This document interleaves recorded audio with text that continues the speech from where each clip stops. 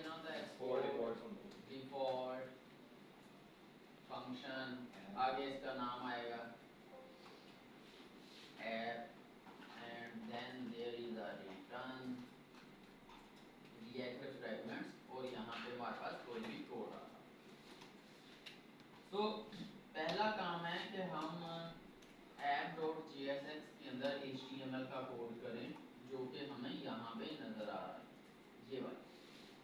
तो इसके अंदर ये है कि एक हमारे पास ये div है ऊपर वाली, एक ये हमारे पास काउंटर का h1 है, ये पैराग्राफ के अंदर लगा हुआ है, ये एक हमारे पास बटन है और ये दो भी हमारे पास क्या है बटन। तो मैं यहाँ पे आके एक मेन का पेयर टैग लेता हूँ जो कि सिमेंटिक एलिमेंट कहलाता है। आप इसकी जगह पे div भी ले सकते हैं लेकिन मैंने मेन इसलिए लिया ताकि मैं इसमें क्लास अप्लाई कर सकूँ। ठीक है, मेन का मतलब ये है ये सारा। अब ये जो तीन चीजें हैं ये एक div के अंदर है और ये दो चीजें एक div, क्योंकि इन दोनों हमने साथ साथ रखना है ना, इनलाइन डिस्प्ले इनलाइन लगा के दो बटन्स को साथ साथ लगाना है, तो इनको मैं अलग div में रखूंगा ताकि इनको अलग से स्टाइल कर सकूँ और इनको इन सबको एक div में। So I am going to take another div here। अब इस div के अंदर ये फैंसी काउंटर हमारे पास एक h1 हेडिंग है,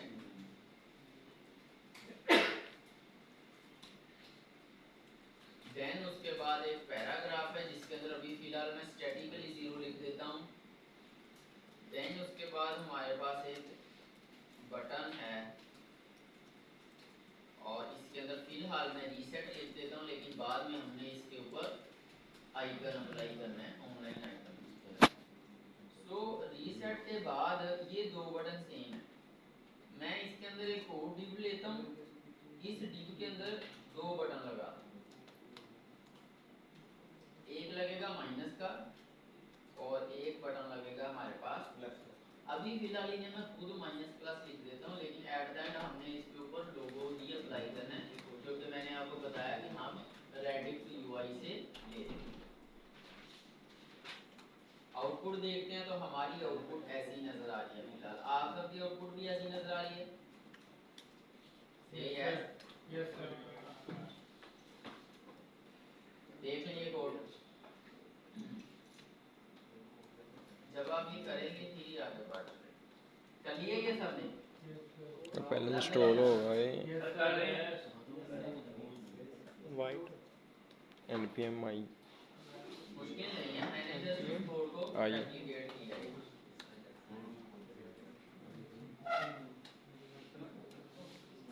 रिजल्ट दिखाइए, result is this one, this one.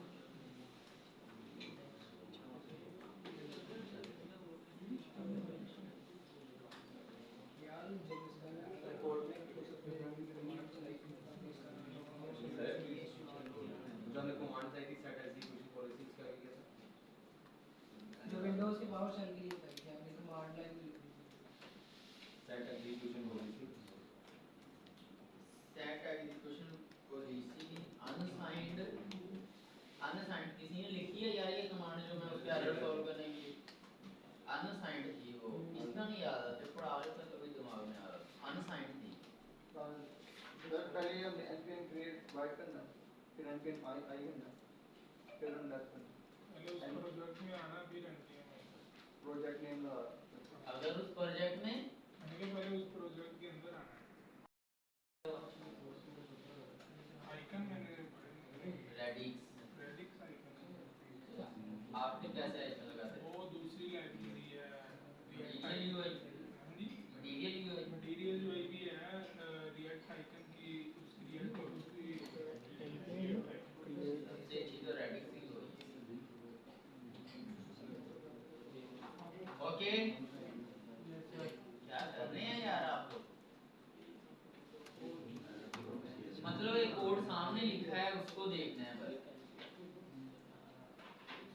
हो गया कोड की तो फिर हो गया अब तो वीडियो बन रही है फिर तो चाहिए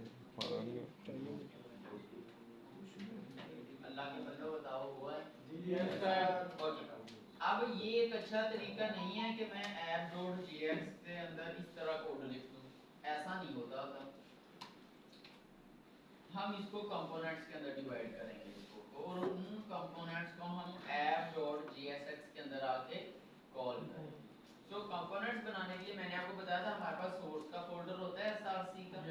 इस सोर्स के फोल्डर के अंदर मैं न्यू फोल्डर बनाऊंगा, उसका नाम रखूंगा कंपोनेंट्स।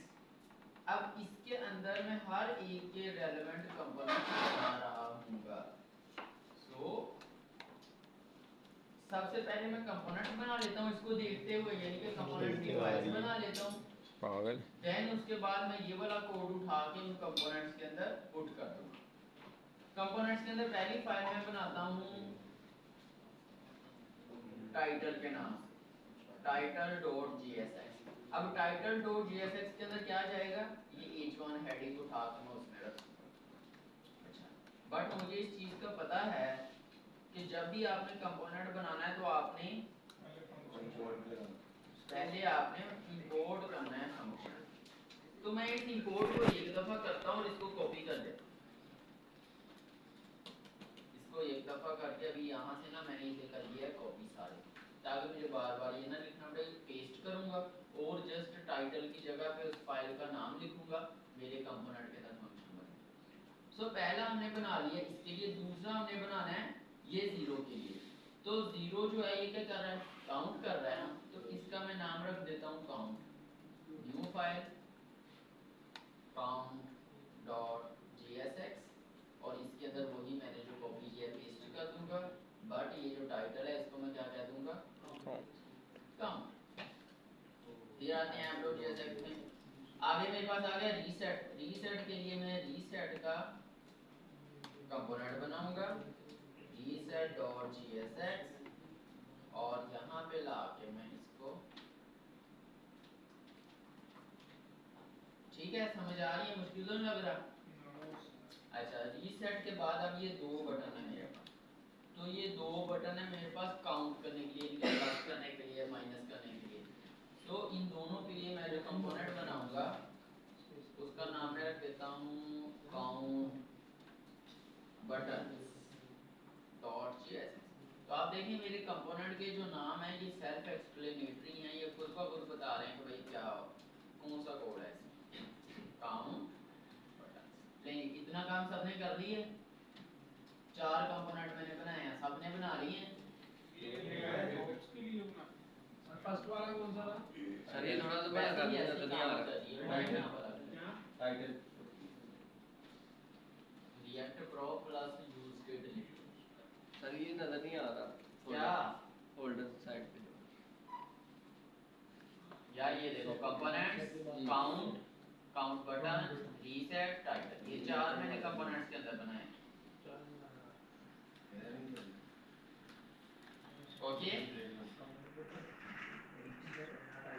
अब मैं इनका कोड उठा के इसमें पेस्ट करता हूँ। मैं ये फैंसी काउंटर को उठाऊंगा यहाँ से और इसको कहाँ पे पेस्ट कर दूंगा, टाइटल के अंदर। यहाँ पे ला के इसे मैं पेस्ट कर दूंगा।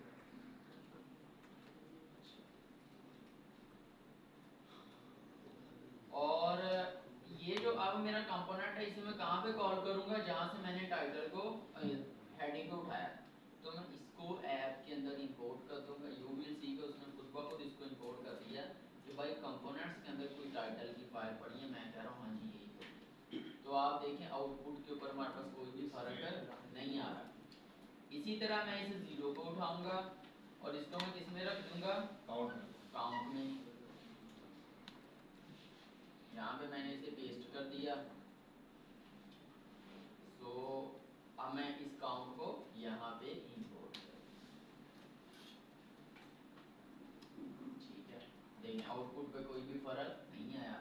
इसी तरह मैं इस रीसेट के बटन को उठाऊंगा और इसको मैं रख दूंगा रीसेट के बटन के अंदर, और देन मैं इसको इंपोर्ट कर लूंगा यहाँ पे। देन मैं उसके बाद ये वाला कंपोनेंट उठाऊंगा, इसको मैं कहाँ पे रख दूंगा, काउंट बटन्स में, और इसको मैं यहाँ पे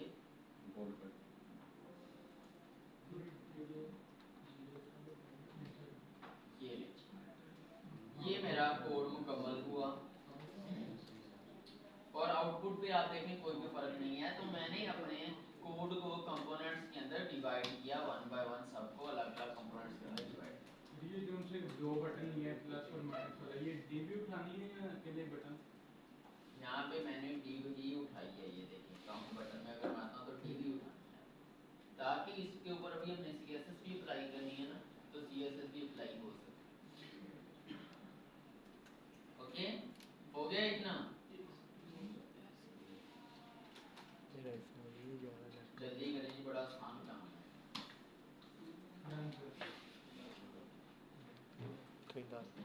और इधर करना। हाँ जी, कल तो हो गया आपका, हो गया कल छुट्टी थी आपकी? बस आज कल लाइट गई थी।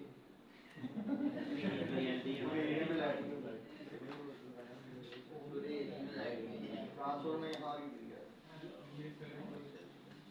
कोई बात नहीं यार, डीएनए में भी थी लाइट। लेकिन ऐसा हुआ नहीं, मेरी पूरी हिस्ट्री के अंदर ऐसा नहीं हुआ जैसा मतलब मुझे गवर्नमेंट के साथ चल रहा 7-8 साल हो गए, कभी नहीं ऐसा।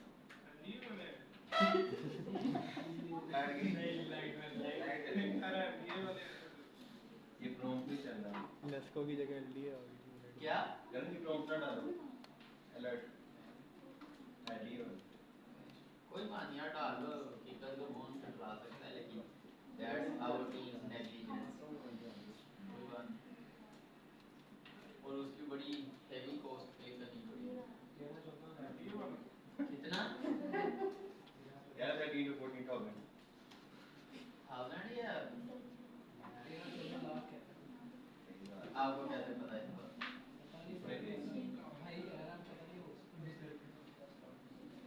नहीं, इससे ज्यादा ही था। कोई बात नहीं, आगे चलेंगे आप। फिर आप पावर चेक करें, 2 बजे ओपन था सारा।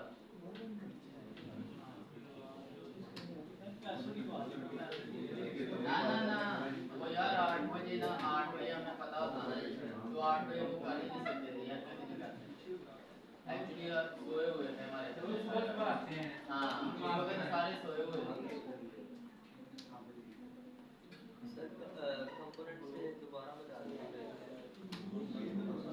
ओके, दोबारा सुने, कितने लोगों का हो गया है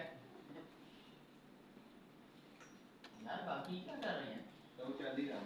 वर्चुअल यूनिवर्सिटी क्या तो हैंड ही रेज किया आपने।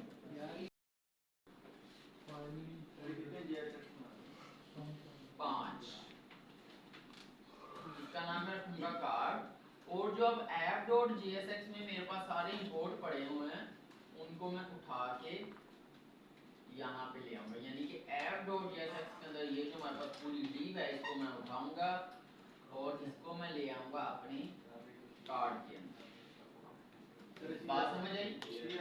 इसकी वजह ये एक बेस्ट प्रैक्टिस है कि आपने सारा कुछ इसमें इंपोर्ट करवाना है, देन आपने ऐप के अंदर इसको इंपोर्ट करवा देना है कार्ड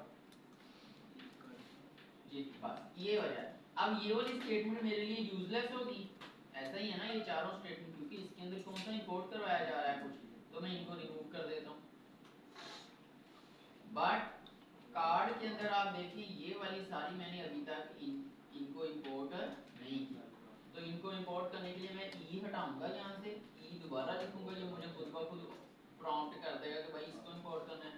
इसी तरह मैं टी हटाऊंगा, टी दोबारा लिखूंगा, ये भी इंपोर्ट हो जाएगा। ये टी हटा के टी लिखूंगा, ये भी इंपोर्ट हो जाएगा। ये ऐसा हटा के ऐसे लिखूंगा, ये भी। आउटपुट भी आप देखिए हमारी कोई भी फर्क है, बट काम ऐसे होता है कि आप पहले एक विजुअल कंपोनेंट बनाते हैं, उनको एक अलग कंपोनेंट के अंदर कॉल करते हैं, फिर उस कंपोनेंट को app.jsx के अंदर कॉल करते हैं, फिर वो app.jsx जो होती है वो main.jsx के अंदर कॉल हो रही होती है। करेंगे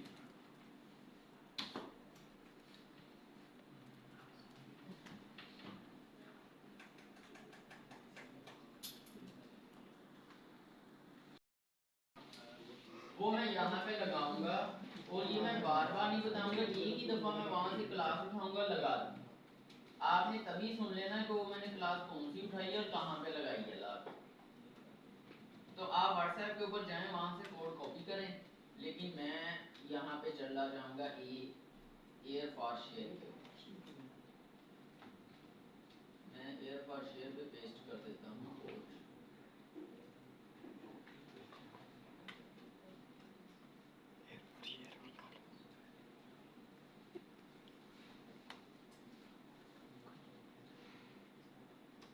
ये हमारे पास CSS का कोड है, इसको मैं कॉपी करता हूँ।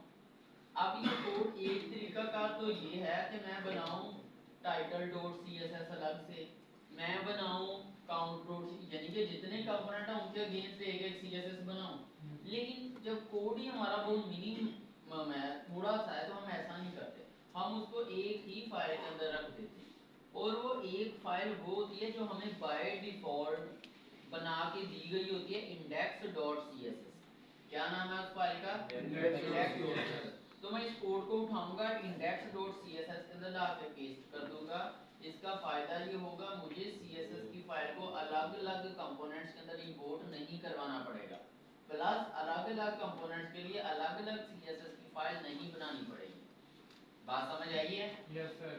अब इसको जैसे ही मैंने यहाँ पे रखा है ना index.css में, check the output here. Output में फर्क आ गया? Yes sir. अब मैं वन बाय वन क्लासेस को उठा के कंपोनेंट्स में लगाता हूँ, और आपने भी देखना है मैं कौन सी क्लास कहाँ पे पुट करूँ, बहुत ध्यान के साथ, मैंने रिपीट नहीं करना। मैं टॉप से स्टार्ट करूँगा। ये हमारे पास इंपोर्ट है एक फॉन्ट, इसका भी हमारे साथ कोई मकसद नहीं है। ये एक यूनिवर्सल सिलेक्टर लगा है, इसका भी हमारे साथ कोई मकसद नहीं है। बटन पे डायरेक्ट लग गया है, ये बॉडी पे डायरेक्ट लग गया है, ये रूट डायरेक्ट कॉल कर दिया गया, ये मेन पे डायरेक्ट लगा दिया गया। यहाँ से हमारी बात स्टार्ट होती है। तो ये उन्होंने ये कार्ड की क्लास बनी है, सो मैं ये कार्ड की क्लास अप्लाई करूंगा ये कार्ड के कंपोनेंट के अंदर आ गए। सो कार्ड के कंपोनेंट के अंदर आप देखें यहाँ पे डिव लगी हुई है, इस डिव को मैं लगाऊंगा क्लास नेम कार्ड। ये आपने index.css में सारा कोड रख दिया है। हाँ जी, अलग-अलग नहीं होगा। अलग-अलग मैंने नहीं रखा क्योंकि ये कोड ही बड़ा छोटा-छोटा सा है, तो मैं अलग-अलग क्यों इसको 3-3 4-4 लाइनों को डिवाइड करूं, तो मैंने एक ही जगह पे रख दिया। It does not matter. index.css में। यस, वो यूनिवर्सल फाइल होती है। अच्छा, अगर अलग-अलग रखता फिर मुझे उसके रेलेवेंट इंपोर्ट भी करवानी पड़ती, फाइलें भी बढ़ जाती, तो उससे अच्छा मैंने index.css में भी रखा। अलग-अलग भी रखेंगे, लेकिन तब रखेंगे जब हम पूरी वेबसाइट बना रहे हो, उसमें काफी कोड होगा। जैसे अबाउट अस को स्टाइल करने के लिए 1000 लाइनें वो हो जाएं, कॉन्टैक्ट अस को स्टाइल करने के लिए 500 लाइनें वो हो जाएं, फिर हम अलग-अलग रखेंगे। अब देखो मैंने यहाँ पे क्लास नेम क्या लगाई, कार्ड। जैसी मैंने कार्ड लगाई है, ये ना 100% पे सही नहीं शो होता, अगर आप इसे 90 पे लेके जाएंगे ना फिर ये सही शो होता है।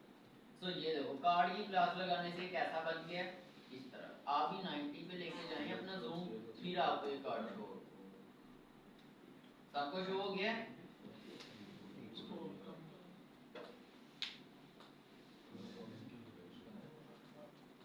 सबको शो हो गया? Yes sir.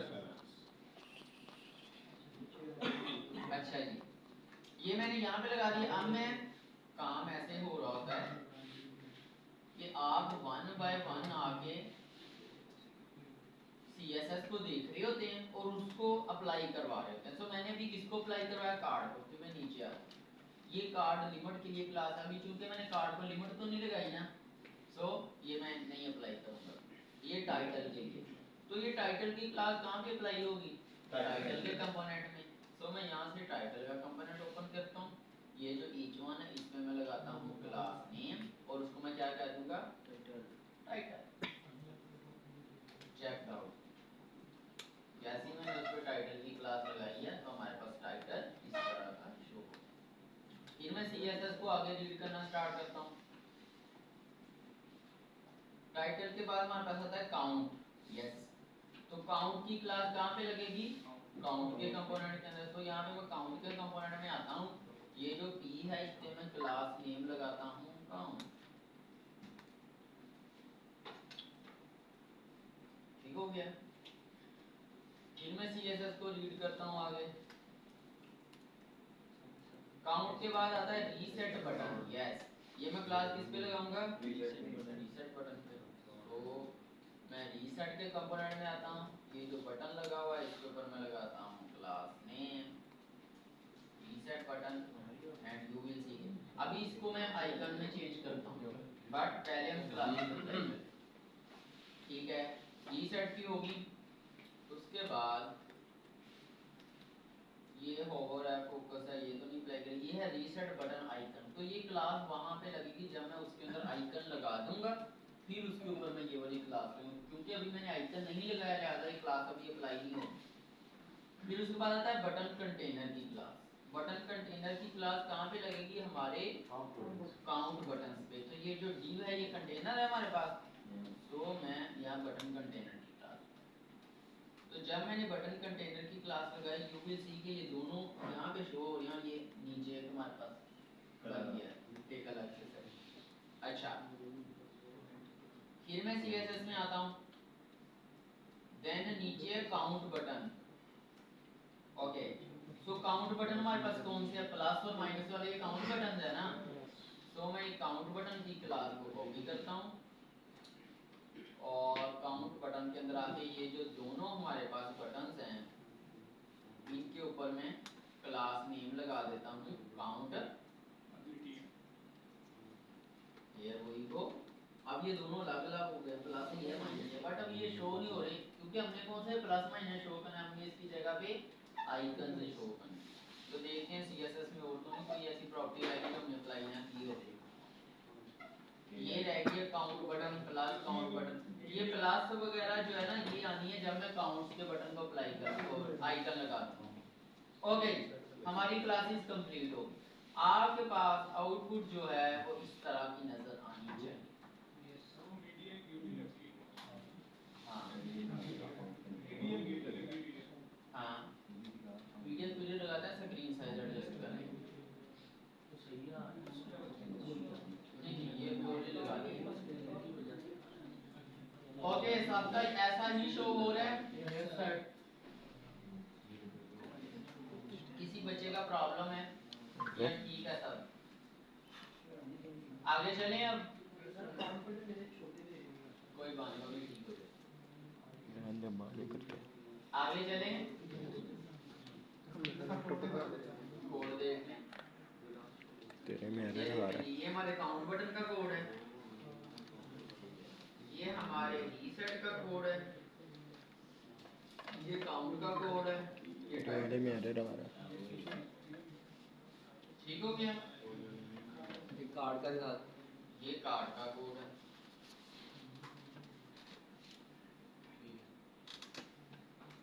ओके मेरा क्या आउटपुट नहीं सही आपने कोड नहीं की होगी यार, इसका जूम आउट करो। जब मैं ये बात बोल रहा था तब आपका ध्यान कहाँ था? जूम आउट करो, 90 पे करो।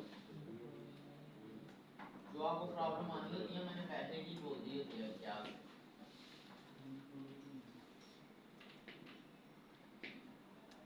ओके जी आगे चलें। अब अगला काम यह है कि मैं ना सबसे पहले आइकन चेंज करूं ताकि हमें ये मजीद बेहतर नजर आए। आइकन चेंज करने के बाद नेक्स्ट ये होगा कि मैं इसके ऊपर यूज स्टेट लगाऊंगा और वो अपलिफ्टिंग और वो सारा कुछ लगाऊंगा। सो आइकन से लगाने के लिए जो लाइब्रेरी मैं रिकमेंड करता हूँ वो है रेडिक्स UI, बहुत इंपॉर्टेंट। चूंकि ये बिल्ट इन नहीं है रिएक्ट के अंदर, तो हमें इसे इंस्टॉल करना पड़ेगा अलग से। यहाँ पे भी आपको ना बड़ी बनी बनी चीजें मिल जाती हैं, लेकिन ये रिएक्ट के अंदर मिलती है। तो जिस दिन हमारी रिएक्ट कंप्लीट होगी उस दिन फिर आपको पता है एक सेशन होगा हमारा रिएक्ट के ऊपर, लेकिन नहीं अब आप यहाँ पे गलत है।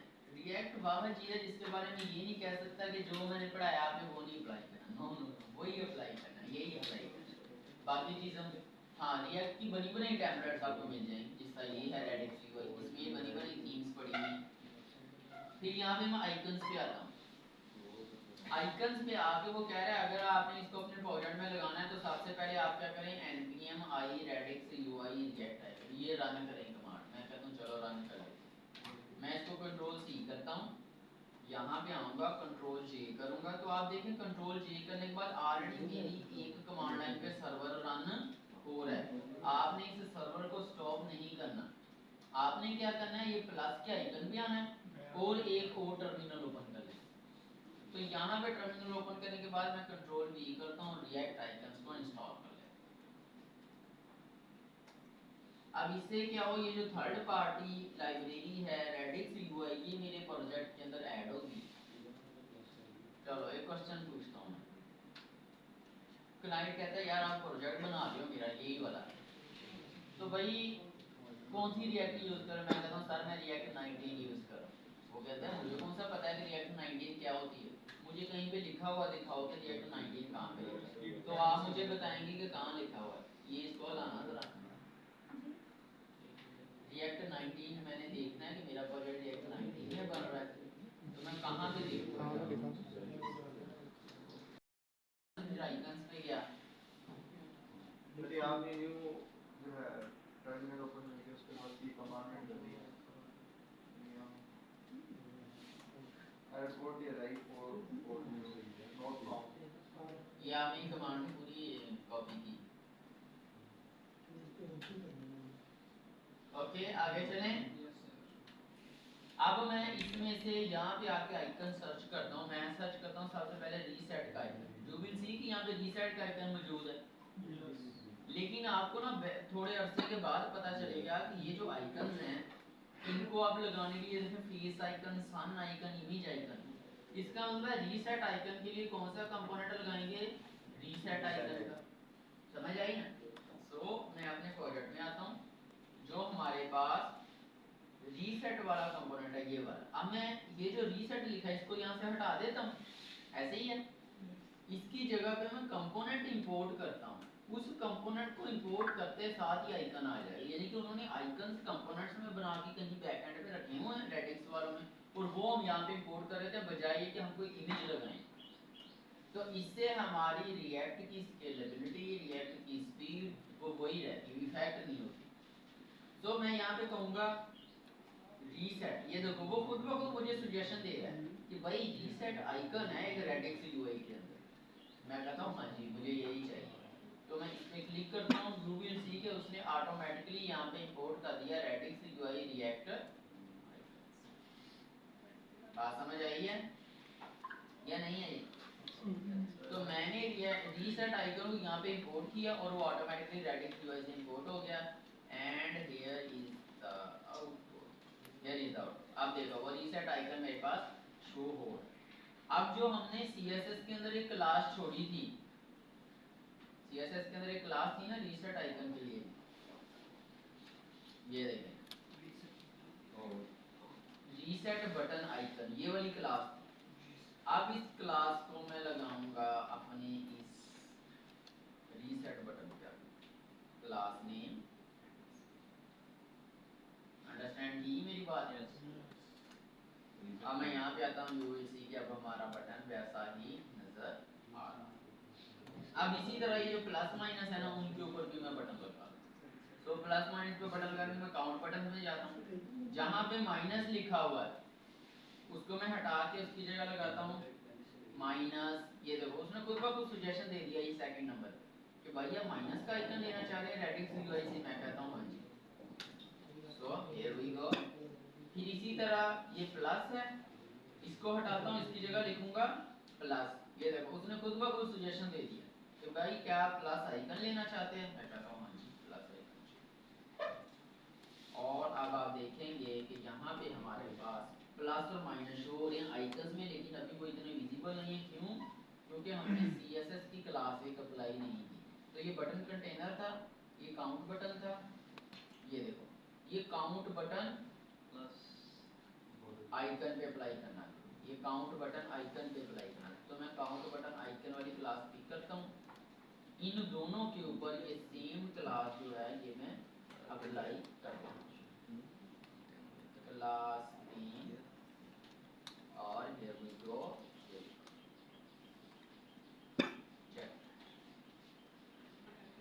आपका भी ऐसे ही नजर आ रहा है? अब मैं आपको दोनों में फर्क दिखाता हूँ। ये हमने बनाया, यहाँ पे देखें ये लोकल होस्ट आ रहा है, ठीक है, और ये जो मैंने इंटरनेट के ऊपर डिप्लॉय किया वर्चुअल के ऊपर, क्या दोनों में कोई फर्क नजर आ रहा है? मैं दोनों पे जा रहा हूँ बार बार, ऊपर ये टैब से आप अंदाजा लगा सकते हैं कि मैं दोनों पे जा रहा हूँ। फर्क नजर आ रहा है दोनों में कोई? ठीक हो गया जी। तो आपके पास ऐसे तो होना चाहिए। इसको करें जी जल्दी आइकन को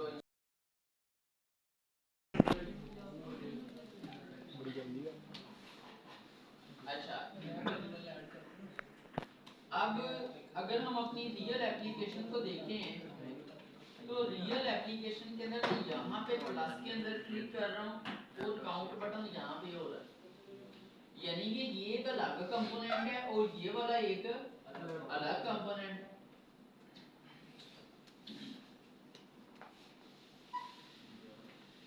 ठीक है, मैं सबसे पहले आता हूँ अपने काउंट वाले बटन से यहाँ पे। तो मैं यहाँ पे आके एक लेता हूँ यूजर स्टेट। आपको पता है ना यूज स्टेट ही ली जाती है। तो मैं कहता हूँ कॉन्स्ट काउंट और दूसरी यूज स्टेट का दूसरे वेरिएबल का नाम क्या होगा?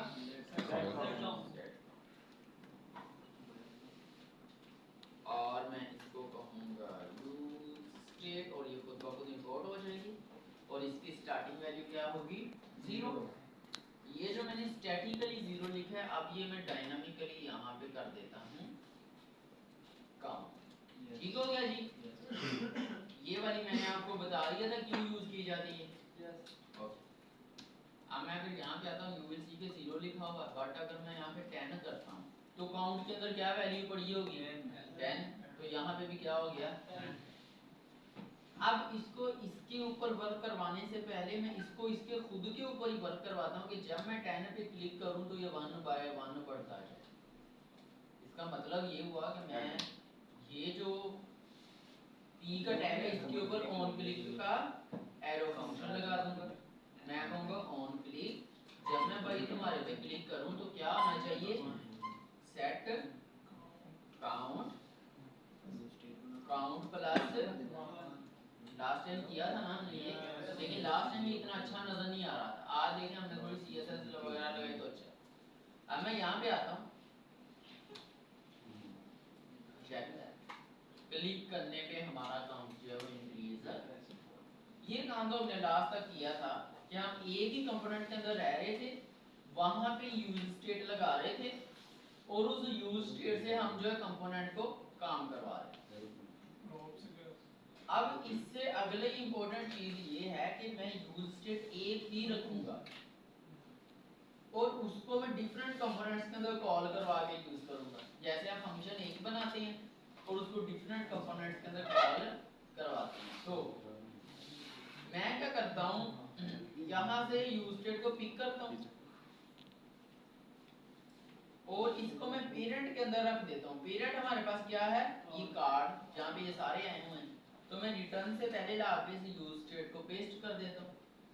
अब इस यूज स्टेट को यहाँ पे इंपोर्ट भी करवाना पड़ेगा, तो मैं इसको यहाँ पे इंपोर्ट भी करवा लेता। अच्छा, इंपोर्ट करवाने के बाद ये जो हमारा काउंट वाला था, अब ये तो हमें इंपोर्ट स्टेटमेंट नहीं चाहिए। काउंट वाला बार बार एरर दे रहा है। वो कह रहा है सर मैं नहीं जानता कि सेट काउंट क्या है, मैं नहीं जानता कि काउंट क्या है, क्योंकि मैंने वहां से यूज स्टेट को ही हटा दिया है। तो वो तो नहीं ना जानता कि सेट काउंट क्या है और काउंट क्या है। मैं कहता हूँ अच्छा ठीक है, आप नहीं जानते, चलो रिमूव कर देते हैं। मैंने रिमूव कर दिया। बट यहाँ पे ये जो काउंट का मैंने डायनामिक कंपोनेंट लगाया हुआ है, ये भी कह रहा है भाई काउंट कहाँ है। एरर दे रहे हैं ना वो हमें वन, वो कह रहा है भाई काउंट कहाँ है। इसे कहते हैं uplifting of state. Uplifting of state का मतलब है कि एक स्टेट है वो डिफरेंट कंपोनेंट्स के अंदर यूज होनी है, लिहाजा फिर वो पड़ी भी तो वहां पे होनी चाहिए जहां पे दोनों कंपोनेंट पड़े हुए हैं। तो इट मींस के दोनों कंपोनेंट कहां पे पड़े हुए हैं? यहाँ पे पास पास। समझ आ रही मेरी बात? सो मैंने यूज स्टेट को यहाँ पे ला के रख दिया। अब काउंट क्या मांग रहा है मुझसे? काउंट क्या मांग रहा है? ये वाला वेरिएबल काउंट का, कि भाई काउंट का वेरिएबल तो प्रोवाइड करो मुझे। मैं कहता हूँ अच्छा, ये काउंट यहाँ पे पड़ा हुआ है जिसे HTML के अंदर एट्रीब्यूट कहते थे। href is an attribute, source is an attribute, ये एट्रीब्यूट्स थे ना। alt का टैग इमेज के अंदर इज एन एट्रीब्यूट। जो HTML के अंदर एट्रीब्यूट्स थे रिएक्ट के अंदर जब हम वैसे ही लगाते हैं उसे कहते हैं प्रॉब्स, और HTML के अंदर बाय डिफॉल्ट एट्रीब्यूट्स href था तो href ही लगाते थे, हम उसे uhref नहीं कर सकते थे। On the other hand react के अंदर आप अपनी एट्रीब्यूट बनाते हैं जिसे प्रॉब्स कहते हैं। अब मैं यहाँ पे ये जो काउंट है इस पे आता हूँ, मैं कहता हूँ काउंट,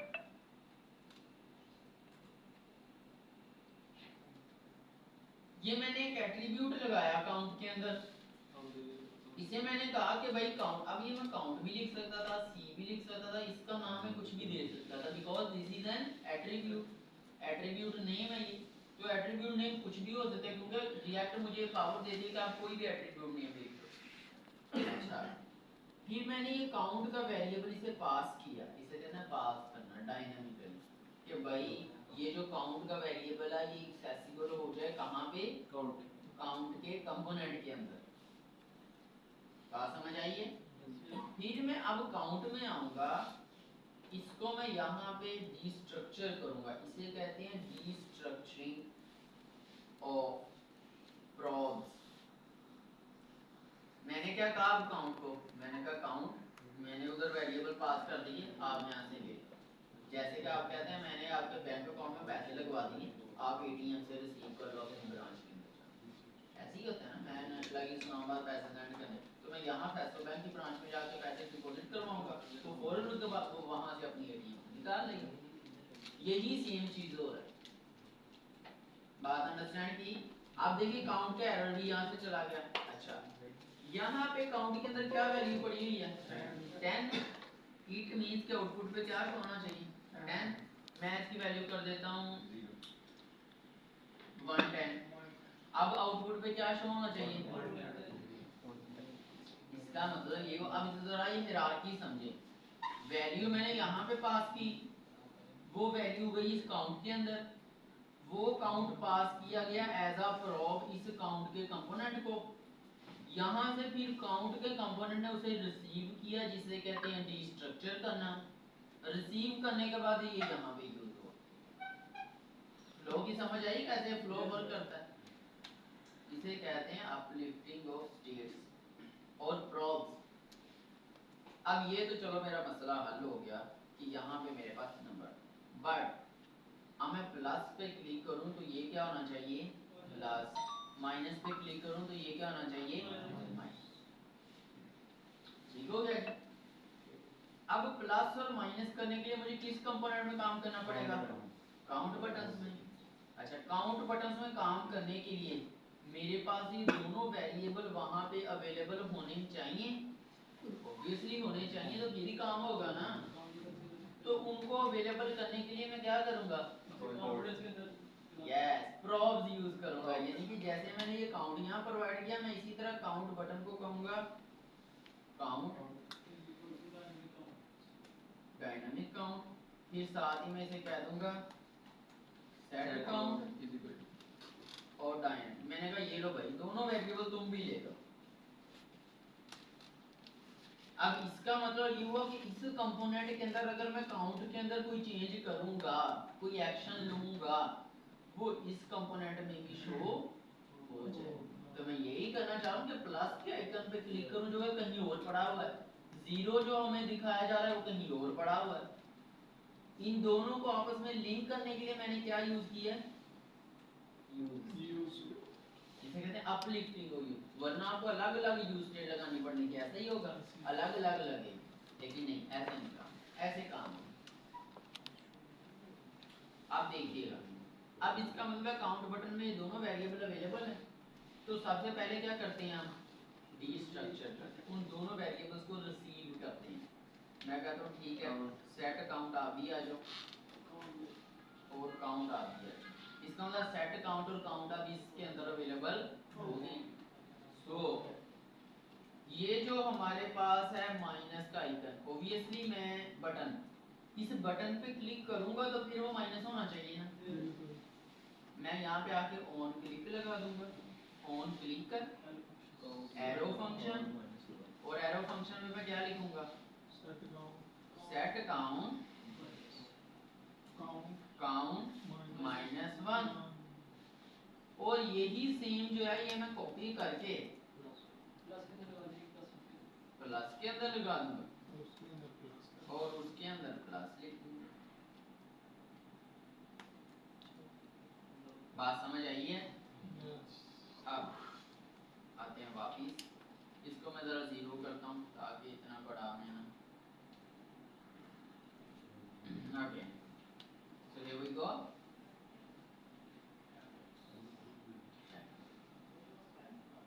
And also अब में स्टेट्स कैसे अपलिफ्ट होती हैं कैसे, अब चेंजेस यहाँ पे कॉल हो रही हैं बट वो शो कहाँ पे हो रही है? किसी और कंपोनेंट में। बात समझ आई है सब?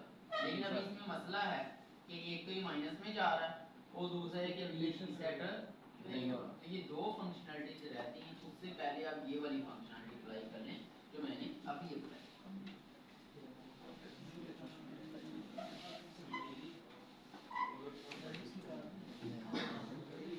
मुश्किल तो नहीं लग रही? तो मैं क्या करूँगा, यहाँ पे इसको सेट काउंट पास करवा दूंगा कि भाई ये लो, आप भी सेट काउंट ले लो, यानी कि एज प्रॉप पास करवा दूंगा। और प्रॉप पास कराने पर अगला काम क्या होता है, इसको यहाँ पे ला के डीस्ट्रक्चर करना सेट काउंट। और अब मैं कहता हूँ जब रीसेट के बटन पे क्लिक हो, on click set count towards 0, but ये हमारे पास होगा एक arrow function. Yes, so let's see. अब मैं रिफ्रेश करता हूँ, यू विल सी +1 2 3 चले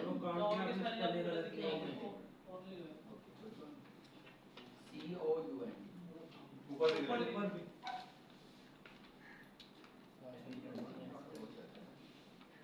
लेट्स सी। अब ये नहीं कि अगर मैं माइनस में भी जाता हूँ तो मेरा रीसेट अब ये हो गया कुछ। अब आती है इसको माइनस में रोकने से, ये बड़ा इंपॉर्टेंट है। ये देखिए इस पे कंडीशन लगाऊंगा और अच्छा ये जो है